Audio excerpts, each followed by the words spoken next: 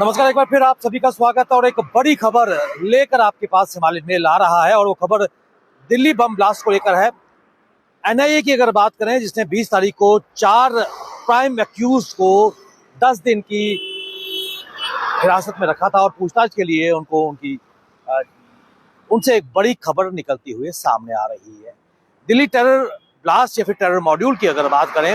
उसकी परतें लगातार खुलती जा रही हैं और ये इसलिए हो रहा है कि लगातार जो जम्मू कश्मीर पुलिस की अगर बात करें, जिस प्रकार जैश-ए मोहम्मद के पोस्टर और उसके बाद उन पोस्टर को लगाने के बाद जो मॉड्यूल राडार पर आया, बड़ी कामयाबी जम्मू कश्मीर पुलिस, जिसकी शुरुआत वहां से हुई और एक बड़ा मॉड्यूल नेटवर्क घेरे में आया है। आपको बताते चले कि नेशनल इन्वेस्टिगेशन एजेंसी को ने कई बड़े खुलासे किए हैं। डॉक्टर शकील की अगर बात करें, जो प्राइम एक्यूज माने जा रहे हैं, पिछले कई सालों से अल-फलाह यूनिवर्सिटी में वो काम कर रहे हैं और ये खुलासा हुआ है कि पिछले 2 साल से, यानी कि वर्ष 2023 से डॉक्टर शकील गनई को ये काम सौंपा गया था कि वो लगातार आतंक या फिर ब्लास्ट के लिए सामान एकत्रित करें और लगभग कई 100 क्विंटल उन्होंने एनपीए यानी कि यूरिया या फर्टिलाइजर्स जमा किए थे। और आपको ये भी बताते चलें कि ये सारे जो जैश-ए मोहम्मद के हैंडलर्स के कांटेक्ट में थे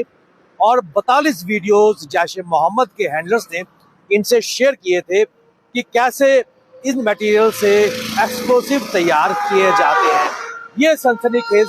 खुलासे सामने होकर आए हैं और ऐसे में डॉक्टर शकील गनई की अगर बात करें, जो कहीं ना कहीं एक प्राइम एक्यूज भी हैं और डॉक्टर कहना गलत होगा क्योंकि व्हाइट कॉलर्ड टेरर मॉड्यूल के वो सरगना भी थे। और आतंकी डॉक्टर शकील गनई की अगर बात करें, पिछले 2 साल से लगातार कई क्विंटल वो एनपीए जमा कर चुके थे और ये सब अल-फलाह यूनिवर्सिटी के आसपास जमा किए जा रहे थे। आपको बताते चले 4 बड़े चेहरे आतंक के जो जुड़ते हुए नजर आ रहे थे: doctor Shakeel Ganai, doctor Adil rather, doctor Shaheen जिनका ताल्लुक लखनऊ से था और डॉक्टर उमर जो दिल्ली बम ब्लास्ट के सुसाइड बॉम्बर भी था। और उसके साथ साथ नौगाम श्रीनगर से एक मौलवी इरफान को भी गिरफ्तार किया गया था, जो पहले एक पैरामेडिकल के तौर पर काम कर रहा था गवर्नमेंट मेडिकल कॉलेज श्रीनगर में और कहीं ना कहीं उसके ऊपर जिम्मेदारी थी कि इन व्हाइट कॉलर यानी कि डॉक्टर्स की एक टेरर मॉड्यूल टीम तैयार की जाए। और पिछले 2-2.5 साल से लगातार ये टेरर मॉड्यूल बनाने की काम कर रहा था और ब्रेन वॉश भी करता आ रहा था। और एक और बड़ा खुलासा जो निकल कर सामने आया है, वो खुलासा था कि जो फंड्स की बात निकल के आ रही थी कि क्या इन ब्लास्ट के लिए फंडिंग कहीं से तैयार हो रही थी। ये खुलासा हुआ है कि फंडिंग इन्होंने सेल्फ फंडिंग की थी और इसमें डॉक्टर शकील गनई ने 5 लाख रुपए, डॉक्टर शाहीन जो महिला विंग की सरगना थी 6 लाख रुपए, आतंकी suicide bomber doctor Umar 2 lakh रुपए उसने दिए थे, डॉक्टर आदिल राथर ने 4 लाख और उनके भाई जो उस वक्त दुबई में हैं 6 लाख रुपए दिए थे। तो कुल मिलाकर 28 लाख रुपए सेल्फ फंडिंग से इन 4-5 लोगों ने इकट्ठा किया था और प्लानिंग देश के विभिन्न कोनों में और खासकर राजधानी दिल्ली को दहलाने वाली साजिश थी। पहले इनका टारगेट दिवाली के आसपास था, लेकिन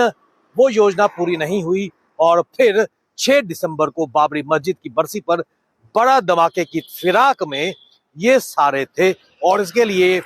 गाड़ियां भी परचेज कर ली गई थी। ये बड़े खुलासे एनआईए की पूछताछ में किए गए हैं और ये खुलासा डॉक्टर शकील गनई ने खुद एडमिट किया है कि पिछले कई सालों से लगातार टेरर मॉड्यूल को जमा किया जा रहा था और लगातार जो जैश के हैंडलर थे उनके कांटेक्ट में थे।